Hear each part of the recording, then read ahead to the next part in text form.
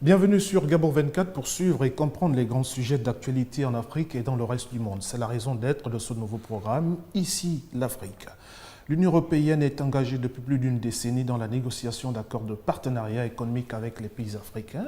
Malgré les pressions de la Commission européenne, plusieurs pays ont jusqu'à présent, et grâce à la mobilisation de la société civile, résisté à une partie à une libéralisation qui menacerait leur agriculture, leur développement économique, social et les processus d'intégration régionale.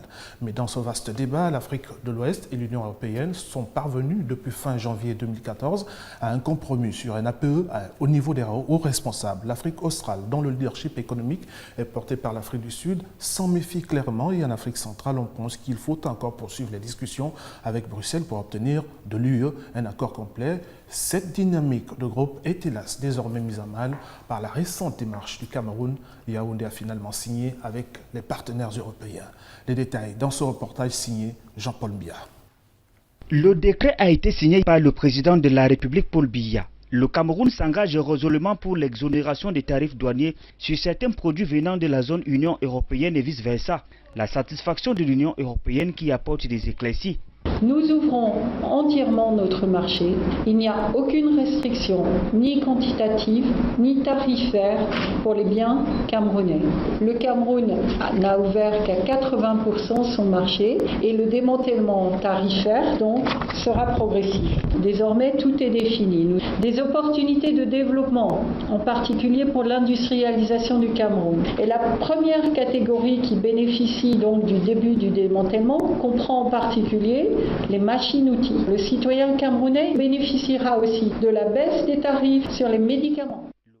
J'ajoute à la suite de Jean-Paul Biya que le Cameroun prend la décision de signer l'accord de partenariat économique avec l'Union européenne, 4 jours seulement après le sommet extraordinaire de Malabo qui avait confié la mission au président gabonais de poursuivre des discussions avec Bruxelles en vue d'obtenir un accord complet sur ce débat. Si ce n'est pas un pied de nez, ça y ressemble, un pied de nez que le Cameroun a fait à l'ensemble des pays de l'espace communautaire.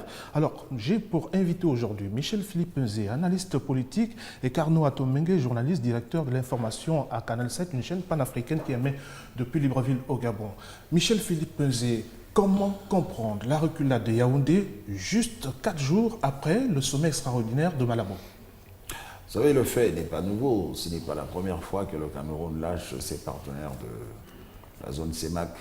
Vous vous souvenez que à l'époque, quand le débat faisait rage sur la dévaluation du franc CFA, le Cameroun était de ceux qui cherchaient à convaincre ses partenaires de l'Afrique centrale à procéder rapidement à cette mesure de dévaluation du franc CFA dont les conséquences, justement, sont diverses et complètement différenciées d'un pays à un autre.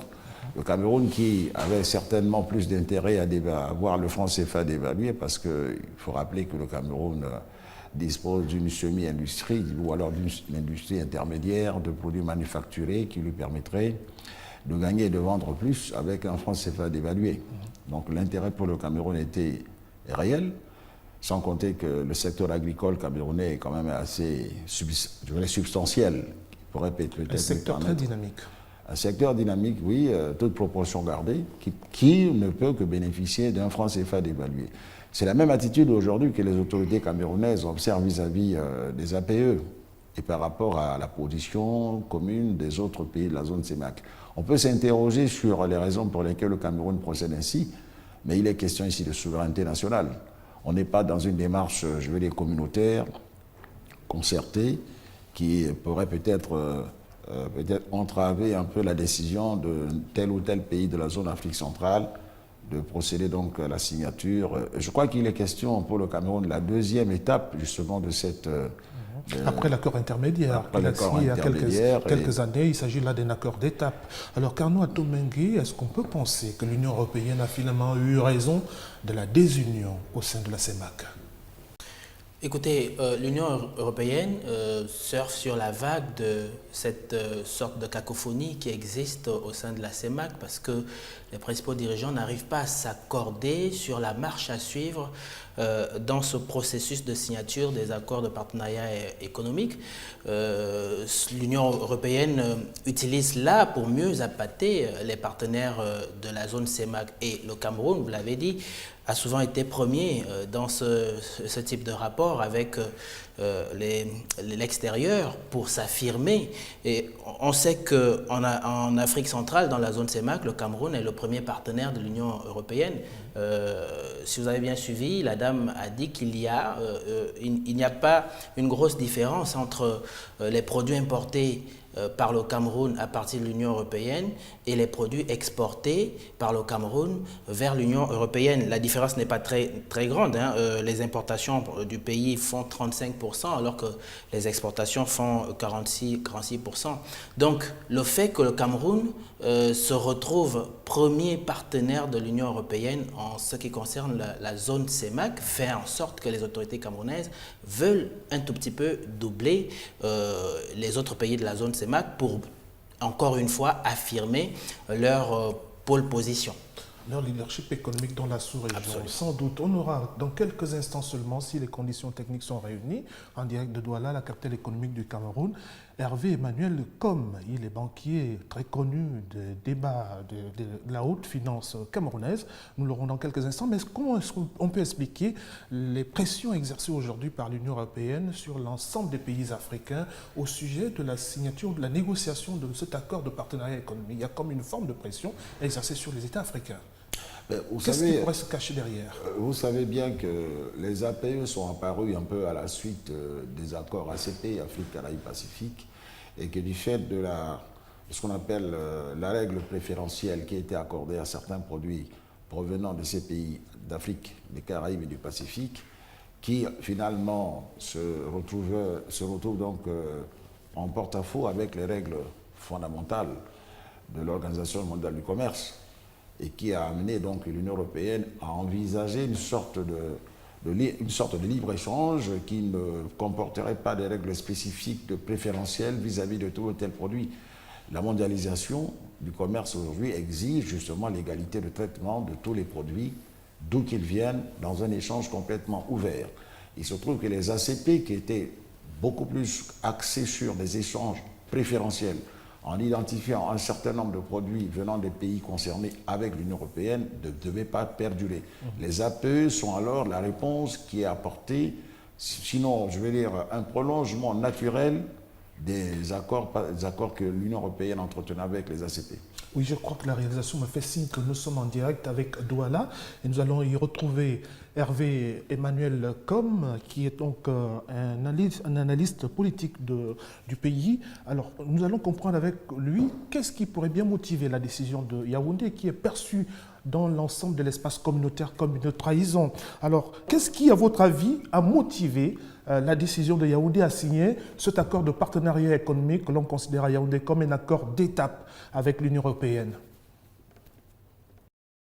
Oui, mais je voudrais d'abord modifier parce que ça ne doit pas être considéré comme une trahison parce que, à ce que je sache, la constitution d'une union économique sous-régionale n'a pas enlevé la souveraineté à l'État indépendant du Cameroun et que le gouvernement camerounais doit d'abord se positionner en fonction des intérêts de son économie. Bon, quand je finis de le dire, donc c'est un État souverain qui a fait l'évaluation exacte de cette évolution et a choisi, n'est-ce pas, en raison de la structure de son économie, de son industrie, de s'engager dans ces APE qui ne doivent pas être perçus comme une blessure, plutôt comme une chance, et c'est-à-dire adapter nos économies à la mondialisation qui est réversible en y trouvant les avantages et les inconvénients que je pourrais d'ailleurs indiquer pour l'ensemble de la sous-région. Donc, il faut qu'on revienne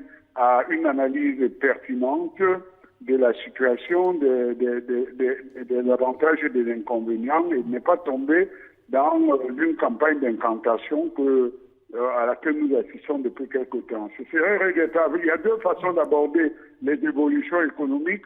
Soit on est dans une situation passive, on subit et on rentre dans l'incantation.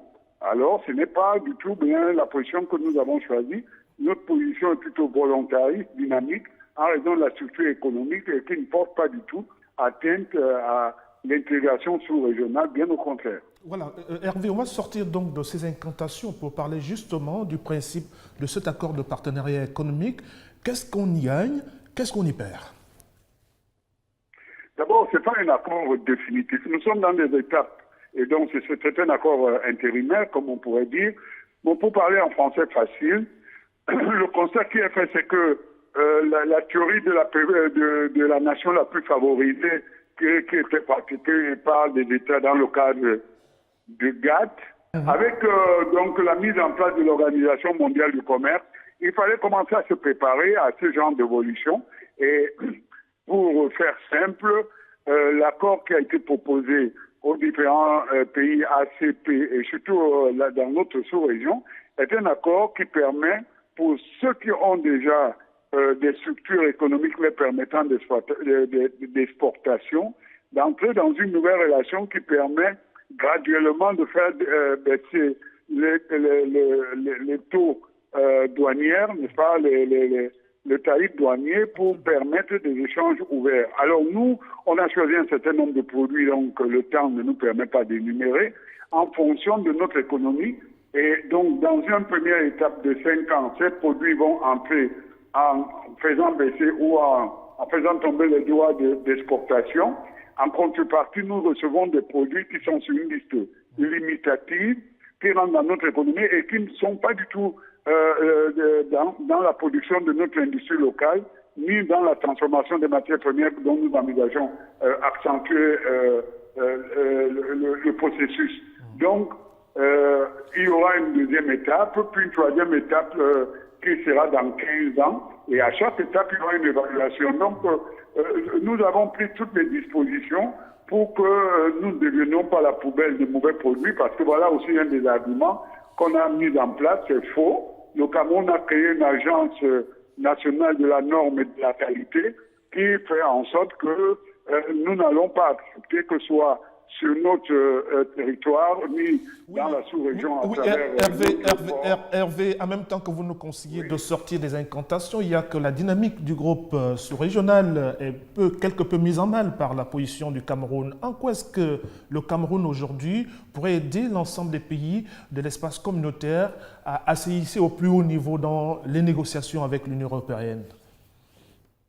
Mais écoutez, la dynamique que vous appelez sous-régionale, il ne faut pas qu'elle soit simplement quand il s'agit des intérêts particuliers d'un pays. Il faut qu'on entre jusqu'au bout, c'est-à-dire la libre circulation des biens et des personnes, ce qui n'est pas le cas. Et je ne crois pas que le Cameroun se soit plaint parce que certains de ses voisins, et vous savez de qui je parle, ne laissent pas la libre circulation des biens et des personnes. Non. Pour revenir sur le sujet, je crois que c'est une chance parce que vous savez que l'économie camerounaise représente quand même près de 60% de l'économie sous-régionale, CEMAC, et qu'à travers l'industrie camerounaise et la structure économique camerounaise... Il y a quelqu'un qui n'est pas d'accord avec vous sur le plateau, c'est Michel-Philippe Meuzet qui est un analyste politique. Michel, vous voulez répondre à Hervé Emmanuel qui vous écoute? J'émettais un doute sur le ratio que vous avez donné, le pourcentage de la part du Cameroun dans le PIB sous-régional.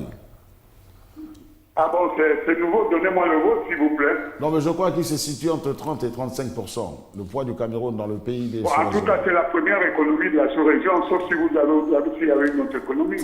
Merci Hervé Emmanuel Com, que nous avions en direct du Cameroun. Alors, partagez-vous ce qu'il a dit, vous l'avez entendu.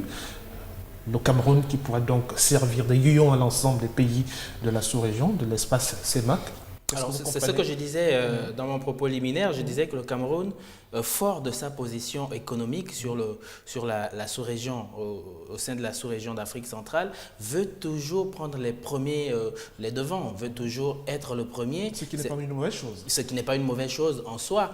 Seulement, il faut savoir ce que le Cameroun va pouvoir gagner en signant ces accords. C'est vrai que d'autres pays, d'autres sous-régions comme la CEDEAO ont pu signer ces accords de partenariat, mais les questions restent lancinantes sur les retombées de ces accords de partenariat avec l'Union européenne quand on sait que c'est un tout petit peu un combat entre guillemets du pot de terre contre le pot de fer, parce que l'Union européenne est une très très grosse économie. Venir tisser des partenariats avec les pays des sous-régions d'Afrique pourraient faire en sorte qu'on voit clairement un déséquilibre dans les rapports qui peuvent exister entre les deux économies, donc l'économie de l'Union européenne et l'économie par exemple de la CEMAC ou de la CEDEAO, qui sont des économies à puissance très différente. Alors, est-ce qu'on peut redouter des sanctions contre le Cameroun? Je rappelle à toutes fins utiles que cette émission n'a pas pour vocation de faire le procès du Cameroun dans sa démarche, qui est une démarche tout à fait souveraine, d'un État souverain. Alors, est-ce qu'on peut au moins redouter des sanctions contre le Cameroun pour avoir engagé une démarche solitaire alors que le Cameroun appartient à une sous-région, à un espace communautaire? Non, mais j'imagine là les pays de la sous-région imposer une quelconque sanction au Cameroun, parce que cela aurait été le cas vis-à-vis de la Guinée équatoriale, qui s'est opposée justement à la mesure de lever des barrières douanières à la libre circulation des personnes et des biens dans la zone CEMAC il y a cela 2 ans. La Guinée équatoriale, de manière unilatérale, s'était dit opposée justement à l'instauration de cette mesure, qui aurait pu évidemment faire avancer un peu l'intégration sous-régionale. Je ne crois pas qu'il y aurait des sanctions. Encore faudrait-il avoir les moyens. Ces pays pris un à un n'ont aucun moyen contre le Cameroun. Je pense que le propos n'est pas là. La question qui se pose, c'est de savoir qu'est-ce que le Cameroun gagne justement dans ses accords avec l'Union européenne. Qu'est-ce que le Cameroun peut éventuellement obtenir en plus des rapports classique, traditionnel qu'il a avec les autres pays de la sous-région. Il faut reconnaître que les échanges intra-CEMAC ne représentent absolument rien du tout sur le plan formel. Il n'y a véritablement pas ce qu'on appelle une transaction, une vitalité au niveau des échanges intra-CEMAC, qui fait que finalement cette communauté n'est qu'une communauté, c'est une coquille vide, en quelque sorte. Il n'y a rien de plus différent entre, par exemple, le Cameroun et le Congo, qui n'ont véritablement presque pas de manière physique des liens commerciaux ou des liens de communication, autant qu'il est véritablement, le Gabon et le Tchad sont complètement isolés l'un de l'autre, de même que la Centrafrique aujourd'hui est totalement isolée de la Guinée équatoriale, ne fût-ce qu'en termes de communication, des voies de communication physiques. Mais je voudrais quand même qu'on revienne un tout petit peu sur les raisons pour lesquelles les autres pays de la zone s'opposent, en tout cas, freinent des 4 fers justement contre ces APE. Il faut d'abord noter ceci. Des pays comme le Gabon, le Congo-Brazzaville et la Guinée équatoriale tirent l'essentiel de leurs revenus des taxes douanières et des le droit de porte, des biens importés et des taxes d'exportation. On va faire perdre des recettes aux différents États. Les budgets dans ces pays sont financés essentiellement par les taxes, les droits de porte et les taxes à l'exportation. Gardez votre idée, nous allons tout de suite à Niamey au Niger retrouver donc là-bas Ali Idrissa. Vous êtes à la tête du réseau des organisations pour la transparence et l'analyse budgétaire, le ROTAB. L'Afrique de l'Ouest est en avance sur l'accord de partenariat. Dites-nous à quel niveau se situe ce débat chez vous. Ali, bonjour. Bonjour, Ismaël. Voilà. À quel niveau se situe donc le débat sur l'accord de partenariat économique au Niger? Bon, c'est sûr qu'aujourd'hui au Niger, du point de vue de la population et de la société civile et même de certains opérateurs, c'est une menace grave que représentent les APE pour nos pays. Vous n'êtes pas sans savoir que quand même notre pays est dernier en matière d'indice de développement humain et en matière d'exportation, ça ne représente rien ce que nous faisons vers l'Europe. Il faut pour autant se dire qu'on va tirer, et j'ai entendu tout à l'heure un intervenant dire que la plupart de ces pays tirent l'essentiel de leurs ressources budgétaires des droits de douane, qu'on dise qu'aujourd'hui vers l'Europe on renonce à tout ça. C'est sûr que la société civile, les opérateurs économiques, la population, ça les met dans une situation de désarroi et de panique, dans le sens de se dire que la vie coûtera sûrement plus cher dans nos pays parce que les gouvernements vont se retourner vers les opérateurs locaux pour pouvoir tirer le maximum. Parce que les circuits habituels d'approvisionnement ou bien de financement des pays n'existent plus, les droits de douane vers ces pays européens. Et on sait bien que la plupart des échanges, c'est carrément de l'Europe vers l'Afrique et nos pays. Ce n'est pas le contraire, surtout par rapport au Niger quand même. que je connais très bien. On ne transforme rien chez nous. On n'a aucune entreprise capable d'être compétitive pour pouvoir le faire. Et même s'il faut le faire, ça va être des entreprises carrément étrangères qui ont plus de ressources, qui viendront le faire vers nos pays. Oui, Ali, n'empêche qu'aujourd'hui, on vit dans une économie mondialisée, interconnectée. Jusqu'à quand l'Afrique va-t-elle continuer à bouder l'accord de partenariat économique? Mais Ismaël, jusqu'à ce qu'on tienne compte des intérêts de l'Afrique. Tout le monde sait qu'aujourd'hui, tel que c'est stipulé les APE là, non, ça n'a aucun intérêt pour l'Afrique. Et tant que les chefs d'État ou bien les dirigeants africains ne se diront pas qu'on doit agir dans le sens des intérêts de nos peuples, l'Afrique continuera sûrement à bouder cela parce que ce n'est pas en harmonie avec les aspirations des peuples et des citoyens africains. Alors, il y a aussi comme une absence de sensibilisation sur le bien fondé de cet accord de partenariat. Dites-nous, est-ce que chez vous, le paysan de Difa ou des Inder sait de quoi on parle? Ismaël, ça, je suis très bien placé pour te le dire. Je viens d'Arlit. Ces gens ne connaissent même pas c'est quoi l'APE. On n'en a jamais parlé dans nos pays. Et ce n'est que l'élite qui comprend un peu de quoi on parle. Et les paysans, aujourd'hui, c'est leur priorité. C'est carrément le quotidien. Et c'est sûr que le quotidien, ça va, quand il y a beaucoup plus d'intervention de l'État, un État qui ne touche que l'essentiel de ses ressources sur les droits de douane, bon, si on lui explique cela, il va sûrement paniquer. Merci Ali Idrissa que nous avions en direct de Niamey au Niger pour sa contribution au débat. Voici à présent ce que nous avons lu pour vous sur la toile et dans quelques titres en ligne.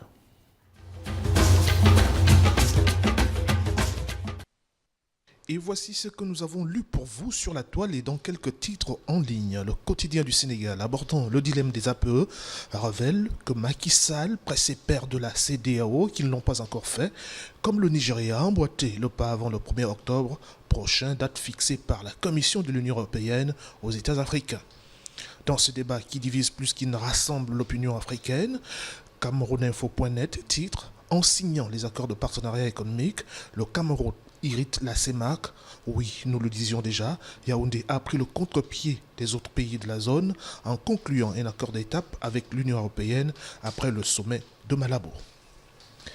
Le reste des réactions nous viennent de Libreville. La toile explose à propos. Jusqu'à quand allons-nous accepter ces accords superficiels sans réel impact dans le panier de la ménagère en Afrique? L'Europe est-elle consciente du désastre alimentaire en Afrique? C'est une réaction d'internautes. Et enfin, cet autre qui en rajoute au débat. Tous les avantages, qu'ils soient directs ou indirects, sont au bénéfice des entreprises de l'Union européenne. L'Afrique en est la grande perdante. Une autre réaction pour terminer, c'est celle de cet autre internaute qui voudrait qu'on supprime d'abord le CFA avant de parler des accords de partenariat économique. Alors, le programme de développement durable à l'horizon 2030 reconnaît quand même le rôle clé que le commerce en tant que vecteur de développement durable et inclusif peut jouer dans la signature des accords de partenariat économique. Michel-Philippe Meuzé, est-ce qu'on peut vous présenter comme un faucon de cet accord de partenariat économique? Non, attendez. Vous voyez, l'Europe elle-même, aujourd'hui, peine à des difficultés à conclure l'accord de libre-échange avec les États-Unis. Pour des questions de normes, pour des questions d'invasion du marché européen par des produits que l'Europe elle-même produit déjà. Parce que quand vous concluez un accord de libre-échange, vous mettez quelques exceptions, mais l'essentiel de ce marché porte sur les produits les plus essentiels qui font la force de votre économie. Et donc, alors pourquoi l'Union européenne va-t-elle nous imposer un tel accord? De tels accords, c'est unique, asymétrique. Je vous signale, à l'appui de ce que disait Carlo Atomo Mengue tout à l'heure, que l'Europe, en termes de PIB, c'est 18 412 milliards de dollars entre les chiffres 2014.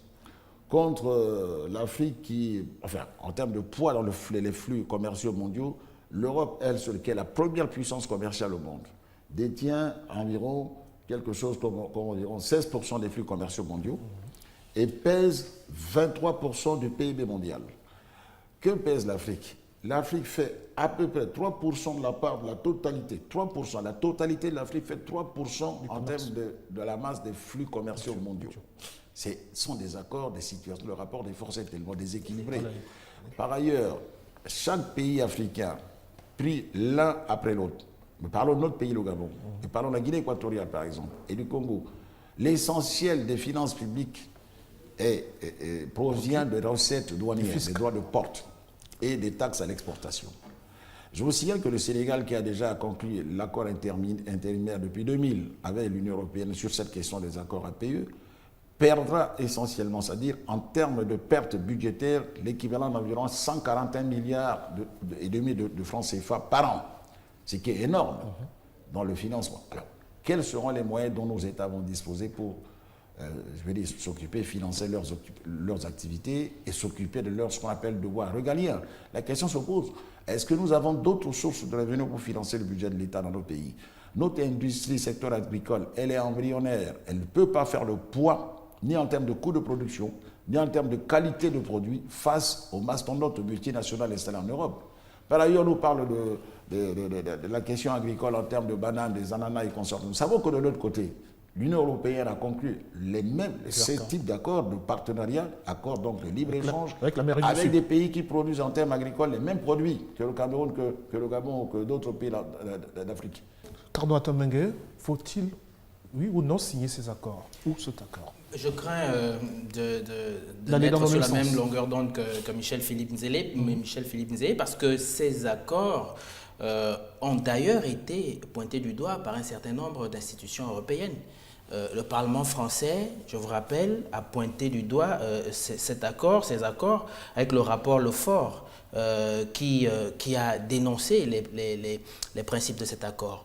Christian Taubira a également tiré la sonnette d'alarme en disant qu'il n'y a pas d'exemple d'ouverture de marché qui ait conduit au développement. C'est tel qu'il avait dit. Donc ça veut dire que même les Européens voient en cet accord un accord unique qui ne pourrait pas profiter. Sinon un marché de dupes. Sinon un marché de dupes. Et je vais vous dire que un analyste économique avait dit, il s'appelle Jacques Berthelot, il avait écrit un article dans Le Monde diplomatique, et cet article, tenez-vous bien, s'intitule « Accord de partenariat économique, le baiser de la mort ». Ça veut dire que les pays africains qui vont dans cet accord de partenariat économique vont plutôt au suicide, entre guillemets, parce que, comme je l'ai énoncé il y a quelques instants, il s'agit d'un combat, entre guillemets, du pot de fer contre le pot de terre. L'exclusivité coloniale, c'est une philosophie qui n'est pas véritablement, qui n'a pas complètement disparu.